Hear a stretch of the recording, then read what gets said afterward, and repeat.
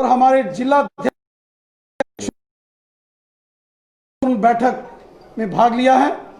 ये बहुत ही महत्वपूर्ण बैठक थी और इसकी सारी चर्चा पर मैं निवेदन करता हूं, हमारे राष्ट्रीय महामंत्री श्रीमान तरुण चुग जी खिताब करेंगे। श्रीमान तरुण जी। ऐसा कि भारतीय जनता पार्टी की पिछले 2 दिनों से जम्मू व कश्मीर के सभी प्रमुख नेताओं के साथ, विधायकों के साथ, सांसदों के साथ, कोर कमेटी के साथ, जिला अध्यक्ष, महामंत्रियों के साथ गहन चिंतन हुआ है और प्रदेश पार्टी ने तय किया है कि हम जिला परिषद का चुनाव अपने सिंबल पर लड़ेंगे। और उन्होंने धन्यवाद किया है श्री नरेंद्र मोदी जी का कि जिन्होंने जम्मू कश्मीर को, पंचायत कश्मीर को जिला परिषद का जो सिस्टम से महरूम रखा गया था वो दिया है। और ये एक कड़ी होगी, पॉलिटिकल हिस्सेदारी मिलेगी निर्णय लेने की, अपने क्षेत्र का विकास, अपने जिले का विकास वहां से चुने हुए लोग करेंगे। इसकी शुरुआत हो गई है और ये चुनाव जीतकर जो लोग आएंगे वो यहां माहौल बनाएंगे। विकास की जो नरेंद्र मोदी जी की सोच है, जो भारत का वंचितों का, गरीबों का, जो पीछे रह गए उनका विकास करने का, उसे पूरा किया जाएगा। हमने आज की बैठकों में पार्टी पूरी तरह मजबूती के साथ, पूरी शक्ति के साथ, पूरी निष्ठा के साथ जम्मू कश्मीर के सभ्याचार को, जम्मू कश्मीर के विकास को सामने रखकर चुनाव लड़ेंगे। आपने कोई बात करनी है तो करें, कोई आपके मन में विषय है तो करें। नेशनल कॉन्फ्रेंस और पीपल्स डेमोक्रेटिक पार्टी की तरफ से 2 दिन से वो लोग यहाँ पे हैं जम्मू में, गुप्कार डिक्लेरेशन जो है वो उसके ऊपर वो ऐसा है कि गप डिक्लेरेशन, ये जो गप डिक्लेरेशन है ये मुंगेरी लाल का हसीन सपना है।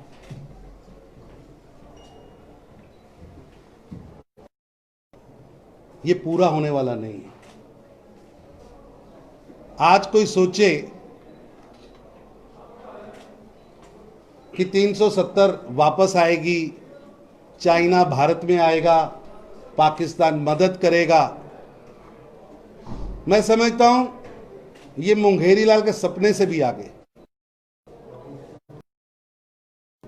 इतनी बड़ी गप रेड रहे हैं सब मिलकर, उन्हें भारत का मिजाज समझ नहीं आ रहा। अब देश अपनी आंतरिक सुरक्षा करना भी, जिस तरह से देश को डराने का काम, जम्मू कश्मीर के साधनों को लूटने का काम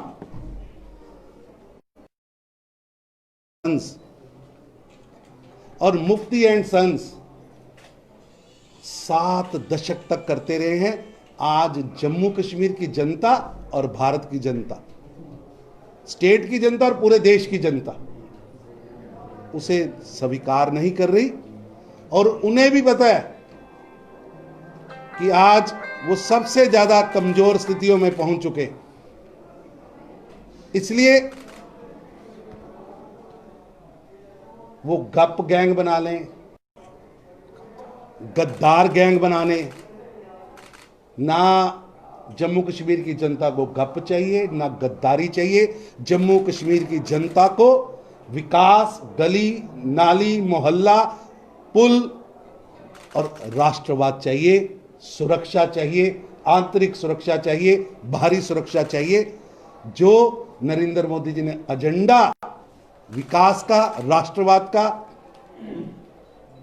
आज उसी एजेंडे पर जम्मू कश्मीर को चल रहा है। आज यहाँ के नौजवानों को रोजगार चाहिए और उन्हें पता है कि 7 दशक तक जिनके हाथ में कलम आनी चाहिए थी, कंप्यूटर आना चाहिए था, उनके हाथ में पत्थर किसने पकड़ाए? उनके हाथ में AK-47 किसने पकड़ाई? किनके बंगले बने और किनके घर उजड़े? किनकी हैंड सन्स चली, सीरीज ऑफ हैंड सन्स, लूटने की सीरीज 7 दशक। अब जम्मू कश्मीर के साधनों को लूटने नहीं देंगे, जम्मू कश्मीर के बच्चों को रोजगार मिलेगा। जम्मू कश्मीर भारत के बाकी प्रांतों की तरह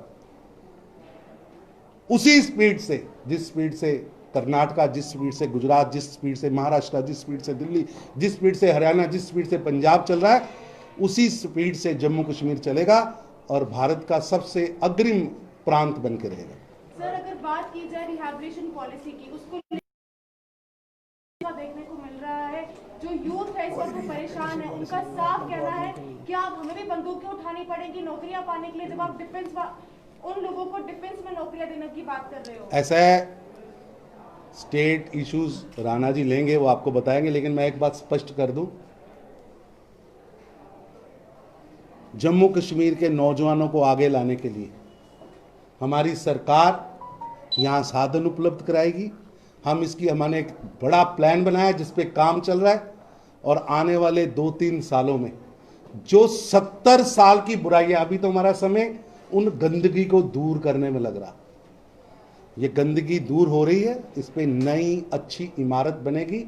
लेकिन मैं एक बात स्पष्ट कर दूं, ना भारत का कोई नागरिक, ना जम्मू कश्मीर का, इस प्रांत का कोई नागरिक बंदूक उठाने वालों के समर्थन में था, ना है, और ना ही हम ऐसे लोगों के साथ बातचीत करेंगे जिनके हाथ में हथियार है। जिनके हाथ में हथियार है उनकी एक ही जगह है, वो कब्र। जो भारत के खिलाफ बोलेगा।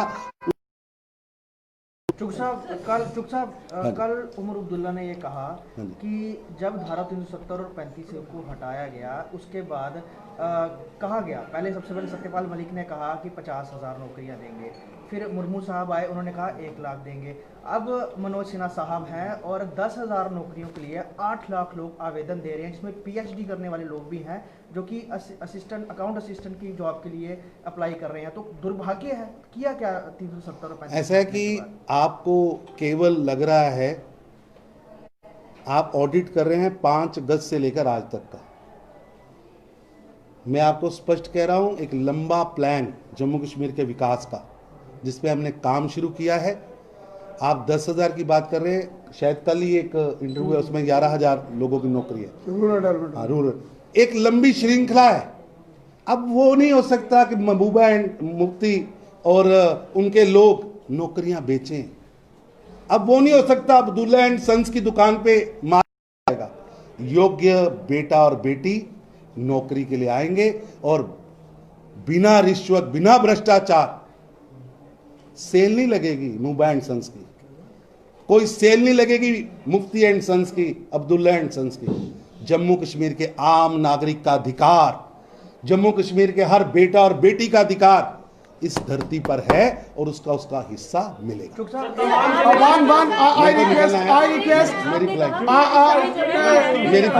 प्लीज एक minute, I request sir please, इससे पहले कि ये प्रक्रिया आगे बढ़े, कल परसों फिर जितेंद्र सिंह जी से निवेदन कर, आप कोई anybody wants to any question to doctor Jitendra Singh?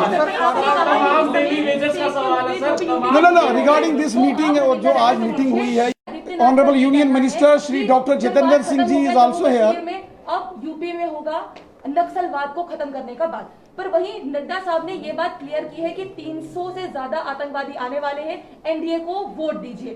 किस तरह से 2 अलग अलग बयान जो है वो नेशनल, अगर देखा जाए नेशनल बीजेपी दे रही है, वो आप किस तरह से देख रहे हैं? ऐसा है कि मैंने आपको कहा, ऐसा है कि पाकिस्तान आतंकवाद की फैक्ट्री आज पूरे विश्व के अंदर सबको पता है। दुनिया में कहीं भी घटना आतंकवाद की, उसके पीछे पाकिस्तान निकलता है। लेकिन भारत की सेना उनमें कब्र के लिटाने के लिए तैयार बैठी है। वो आए, उन्हें कब्र में लिटाएंगे। एक भी आतंकवादी बख्शा नहीं जाएगा। स्पष्ट सोच नीति और नीयत स्पष्ट है, एक भी आतंकवादी बख्शा नहीं जाएगा। जीरो टॉलरेंस ऑन टेररिज्म, ये भारत के प्रधानमंत्री श्री नरेंद्र मोदी जी की स्पष्ट सोच है। मैं भी कहता हूं, मैं दोबारा भी मगर आप लोगों ने कहा था कि जम्मू में अगर वो आते हैं हम जम्मू में उनको सफल नहीं होने देंगे, मगर वो आज मीटिंग जम्मू के अंदर हो रही है सर, दुपकार की मीटिंग हो रही है सर, दुपकार की मीटिंग। डॉक्टर साहब, मैंने कहा जी वो गद्दार गैंग है, गद्दार गैंग, गप गैंग। और ये मैं नहीं कह रहा, आप जम्मू कश्मीर के किसी गांव में जाएं, वो आपको कहेंगे ये गप गैंग है, इसको कोई आज पॉलिटिकल माइलेज नहीं मिलेगा। Shri Sunil Bhatt ji, and one question then. Okay. Sir, time and again the national leadership has been state would definitely be restored to Jammu after the delimitation commission. Sir, how do you react to this? I'll come to that.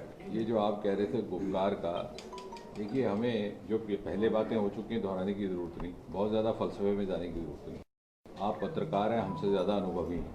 जब ये कहा गया कि 370 को हटाने से हम सहमत नहीं हैं, तो आपको ये प्रश्न करना चाहिए था कि इसको हटाने का निर्णय भारत की संसद ने लिया कि नहीं लिया। आप मुझसे ज़्यादा पढ़े लिखे, उसमें सांसद नेशनल कॉन्फ्रेंस और पीडीपी के थे कि नहीं थे? उसमें सांसदीय प्रणाली की मर्यादा का तकाजा है 2 विकल्प। अगर आप खामोश हैं तो इसका मतलब है you are party to it, it's a collective decision whether you internally agree और नॉट। अगर नहीं है तो कम से कम त्याग पत्र दे दो। You can not be allowed to have cake and eat it too. Rajya Sabha में 2 सदस्य पीडीपी के हैं, लोकसभा में 3 सदस्य नेशनल कॉन्फ्रेंस के हैं, और आप कहते हैं इससे मुतफिक नहीं।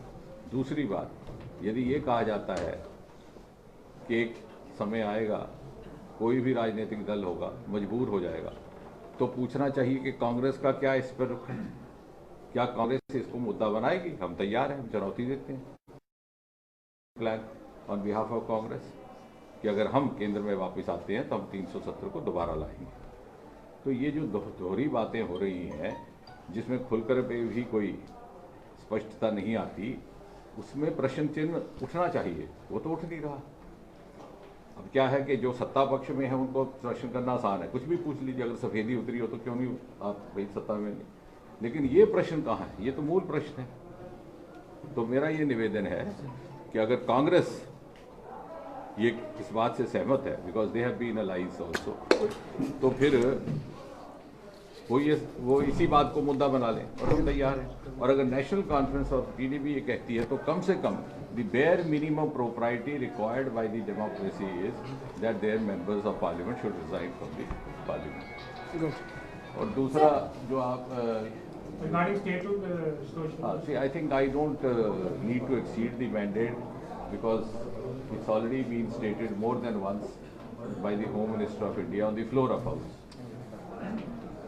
that ultimately at an appropriate time it will be returned to state. अब आप मुझे केवल उकसाने के लिए पूछेंगे तो मैं एक उकसाने वाला जवाब दूंगा। It will not take 70 years as it took for 370 a temporary provision to go. उससे पहले ही हो जाएगा। डेली वेजेस सड़कों पे है, उनके बारे में क्या कहते हैं? जो डेली वेजेस सड़कों पे है, इतने सालों से वो अपनी लड़ाई लड़ रहे हैं, उसके बारे में क्या? Sir, yesterday Dr. Farooq Abdullah in his address to the party workers at the NC office here in Jammu, he said that let the BJP workers burn his effigies, let them keep on protesting against him. I challenge the BJP that they should come to me and have a debate on Jammu and Kashmir. I think- and second thing, sir, second part he said, they, Mr. Umar Abdullah and Farooq Abdullah also raised the issue of the new land rules.